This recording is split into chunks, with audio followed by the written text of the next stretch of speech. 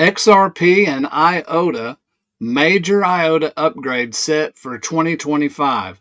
Now, this video is about these two assets, and they touch hands here. In just a minute, you'll see where they touch hands. And we're going to have a decent wallet commercial first, and we'll be right back. If you own crypto, you need a self-custody wallet. I've chosen the Decent wallet after owning several different wallets. I believe you will like it too. Use the link in the description. Purchase from my site. It does help support the channel. I appreciate it. Thank you for sticking with us. And by the way, if you like this kind of content, please like and subscribe. We're always aiming to have one video that has 2,000 likes. So if you feel like doing your part, just reach over there and just hit that thumbs up. It won't cost you anything to hit it, but it will bless us, and we appreciate it. Max, this is pretty interesting that these two assets have touched hands. Tell us about it. Absolutely, Will. So again, shout out to Smoke. He has a new key discovery for you guys, and this is recent, within the last few hours to say the least. So what is it all about?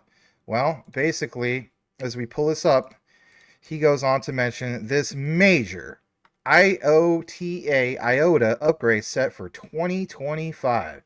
And I hold IOTA, and I thought to myself, this is interesting, especially to see it with XRP.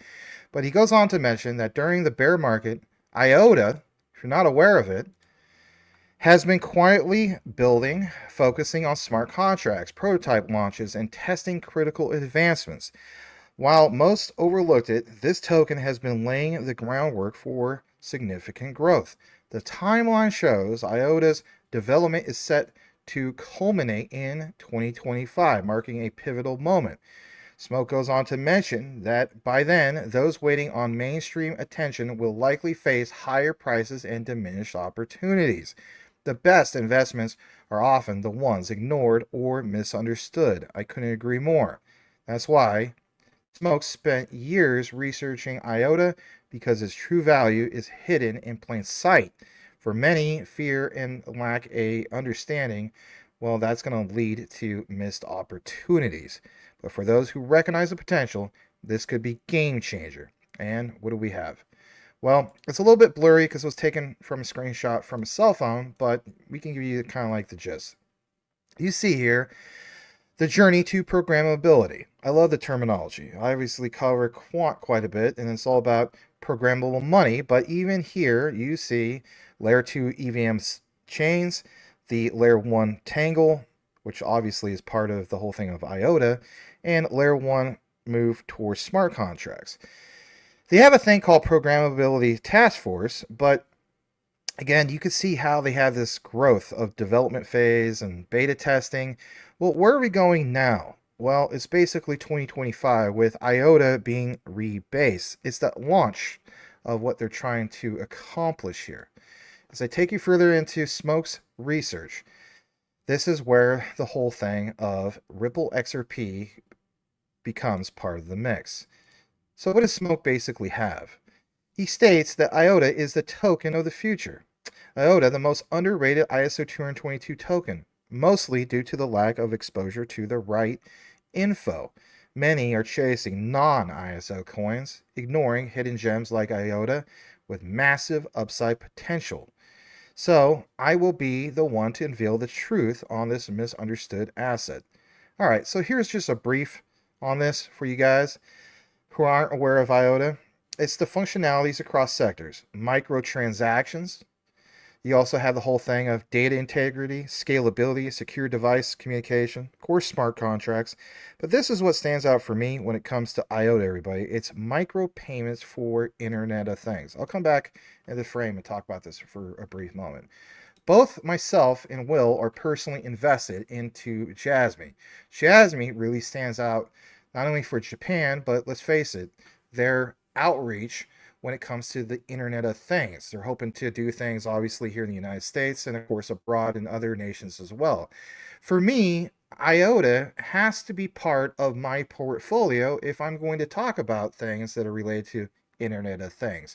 But the difference is this. The difference is that I can have a little piece of the concept of Jasmy, but I can also have it mixed with the chosen ones of ISO 222. To me, that means IOTA is significantly undervalued, slept on, and has real-world use case. Getting further into this from Smoke, I want to point out these other key things.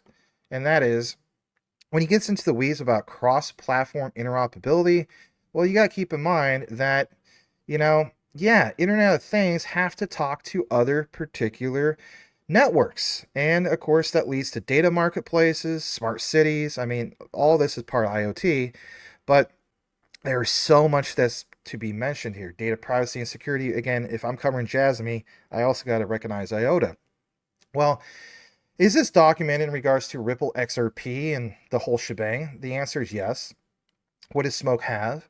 Well, Smoke goes on to mention this from a citation from what you see at the top here, repository.ij.efzg.unizg.hr.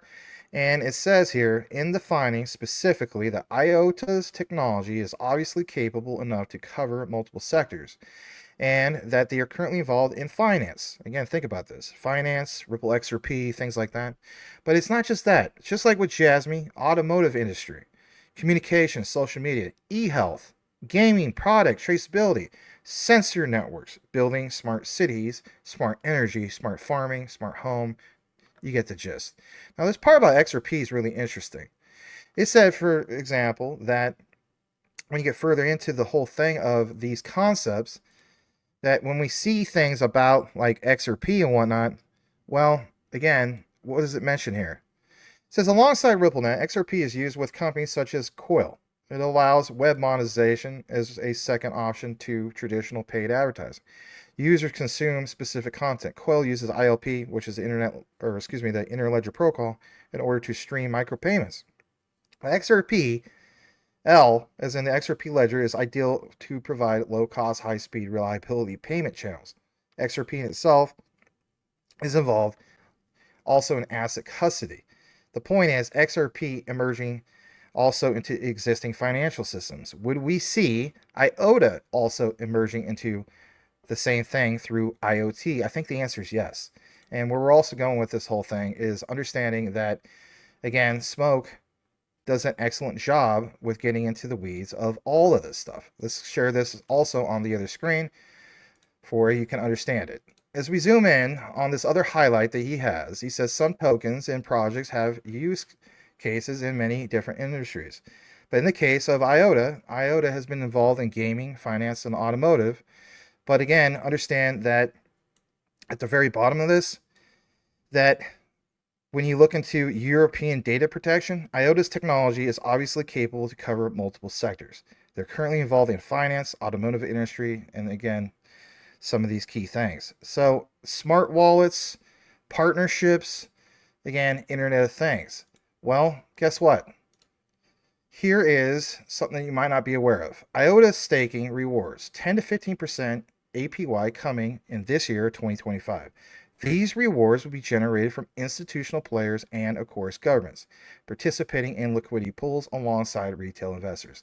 Let's have a listen to this. This is good stuff. And then, if anything, we'll get Will's take on this here in a brief bit. 45 seconds, and then we'll come right back. Here we go. Now, over the next couple of weeks, we're going to have some very exciting announcements of new professional staking pools and large institutional players that are going to come onto the IOTA network and will begin to validate, or will begin to offer the validation service to the network. The way that we're going to see this is that it will be professional staking pools, it will be strategic partners, including governments that we're working with to become validators on the network as well. And it will also be you guys, right? It will be the community that will be encouraged to set up staking pools. And so I think here we can take a lot of inspiration from Cardano, because I think Cardano has done a really, really amazing job in building up these staking pools that are fully community run, right? And where the staking rewards are then being distributed to different causes, right? Now, over the next couple. All right, so the whole thing of staking, before we get to the next part of this, Will, the way I look at it is, this is the IoT plug for all the the ISO 222 coins and tokens moving forward. I mean, micropayments, monetization, I covered all this stuff with Jasmine. I love the appeal here when it comes to IOTA because it has a very limited supply compared to the other ISO coins. Your thoughts briefly before we get into the next part of what we have for everybody. My first thought is that last screen, it showed everything that it was showing seemed to be probably the things that will generate the fees that will pay the APY. Did you see the APY? Now, I don't know if they're calling out that that's going to be the APY, but why did they put 10 to 15%? That's a lot of yield, you know. If we get 10 to 15% return on our money, staking rewards with 10 to 15% APY, you know, the EVM support, you know, we know what that is, the ethereal virtual machine. So you're bringing in, people aren't going to want to use Ethereum for moving around smart contracts because of the expense. The EVM is going to help keep Ethereum alive, but it's going to give people a much cheaper way of doing it, you know, of moving contracts. And so XRP has introduced an EVM. You have IOTA there, and those fees will be generating, and then the other things on there, generating income. Dude, 10 to 15%. Man, 10%, you know, everybody's talking about, you know, being a millionaire. Okay, so you're a millionaire. You can liquidate that or live off of it. Well, at 10 to 15%, that's $100,000 to $150,000 a year. I'll take some of that. I'll convert it to IOTA for that type of return. Yeah, I mean, the way I look at it, Will, is, you know, some of these other things that we're going to share with you guys, and basically, as I get the right, you know, frame on the screen for you guys, we want to point out some of these other things. So, you know, I cover quant. There's the whole thing of like, you know, DID, digital ID. Obviously, Jasmine, you have the mine number. What about IOTA? Think about this for a second. Let's pull this up. So, Smoke also has this. He goes on to mention that the IOTA protocol has a function as infrastructure that supports all use cases foreseen by the European Commission. Checkmark.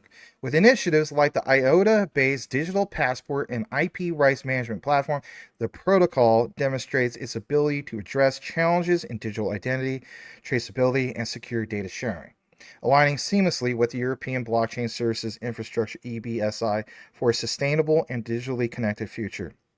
And this is documented below. I got to come back for a second. I want to talk about this. Why is this significant? Well, we even understand the quant connection with this. Quant's infrastructure with DID. All right, how can you have something with IOTA that would be also part of the mix? I think, if anything, in this document, we will get into why this incentivizes even that with IOTA. So as we pull this up, you're going to see some visuals that are pretty cool. And again, check it out. Use cases. The function of IOTA's infrastructure will support all potential use cases foreseen by the European Commission. Within the context of PCP, the IOTA Foundation will test platform with 2 specific use cases that are a priority for the European Commission. Again, priority, not just like speculative. You know, you want things that are going to be part of priority. This is why we put so much emphasis on like mandates and stuff like this. Is this in itself IOTA's particular mandate? Well, through what? European Commission. So the creation of digital product passport, like as is pointed out here, for the circular economy applied to consumer electronics and electric vehicle batteries. The use cases addresses policies for the circular economy, such as Sustainable Products Initiative and the Battery Passport that has already been proposed in the batteries regulation. Batteries regulation? I mean, we're talking about products, services, micropayments, and if anything, providing monetization for people that are using the platforms. This is a big deal moving forward, everybody, and hardly anybody is talking about IOTA. On this bottom part, intellectual property rights management. Intellectual property rights management is the creative industry. This use case helps or creatives, I should say, to track the use of their work, transfer intellectual property rights, and receive compensation in an automated and trusted way. Further test with the foundation's ecosystem of partnerships is also within the scope. And even in the icon, you see kind of like how it comes together. My key takeaway, before we kick into the last part from the one and only Mr. Smoke, is this, Will.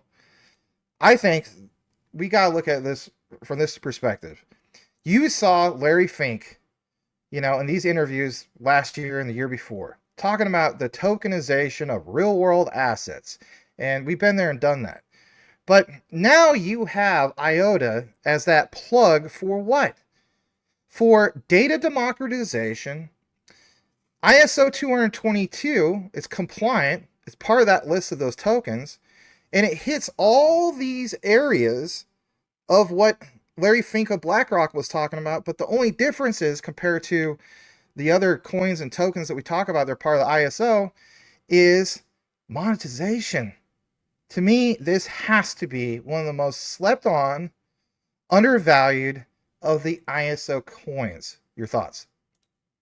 Yeah, I have to agree. I don't have a lot to add, but the content, spoke for itself there. The tokenization of these things and how many vehicles are there? Just the idea of aligning themselves with those different products puts them all over the place. Probably generates tons of money for IOTA. So it's going to be interesting to see that implemented. Yeah, it definitely is. Here's the last part. Okay, we're going with this from Smoke, and then we're going to wrap it up. He has here on the screen this. It's this contribution back to the whole thing of EBSI. Okay, let's put a focus on it, and then we'll wrap it up. IOTA is ideally suited to the infrastructure requirements proposed by the European Blockchain Services Infrastructure. To support the vision of ledger-based secure transactions for EU single digital market, in particular, IOTA technology answers EBSI's stated goals of being scalable, open, decentralized, and interoperable. I mean, all these things are like things that we see in, obviously, Interledger protocol with XRP and Overledger with Quant, right? So I look at it like this is hitting two birds with one stone. It is permissionless by nature, can be supported, can be used to support permission environments that use the IOTA smart contract, and you can also grant permission to resources and control data distribution to comply with European Union regulations.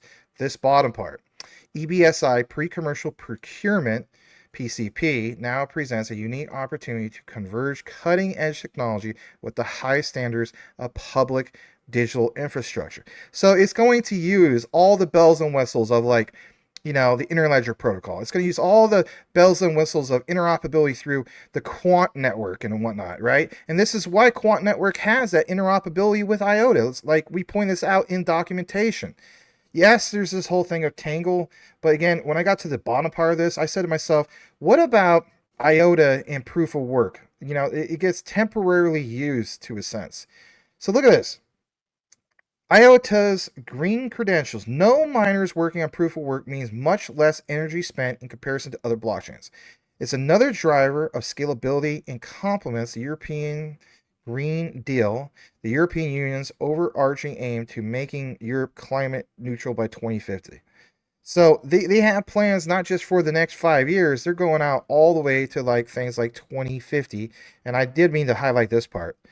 If you're aware of Tangle, it uses a unique technology to solve three fundamental problems with blockchain tech. Here's your highlight as far as what IOTA solves.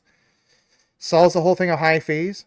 You have the whole thing of low throughput and centralization, but open source protocol connecting the human economy with machine economy by facilitating novel interactions, including secure data transfer, feeless micropayments, and secure access control. When I saw that, Will, I said to myself, at the end of the day, this is basically like what Jasmine's trying to do, but now, yes, I should go back. Jasmine is also an ISO standard or has a certification with ISO 27001, which is significant. But IOTA has this plug to ISO 222. It's the only one of the IoT, Internet of Things, that has it. That makes that unique. And again, a limited supply to me. Again, it's a no-brainer. And that's why I'm proud to hold IOTA. And then some of those mentions in regards to XRP with IOTA, I think that's a big deal moving forward and a great find by the one and only Smoke. So we're going to go ahead and close it out for you guys. Let us know what you think. Do you hold IOTA? Do you think this is bullish in regards to XRP and IOTA moving forward? And again, let us know. Here's the key word for you guys if you listen to the whole thing, and type this into the comments, and that is IoT ISO 222. And we'll know that you listened to the entire outline. On behalf of myself and Will, thanks for tuning in. We'll see you on the next one.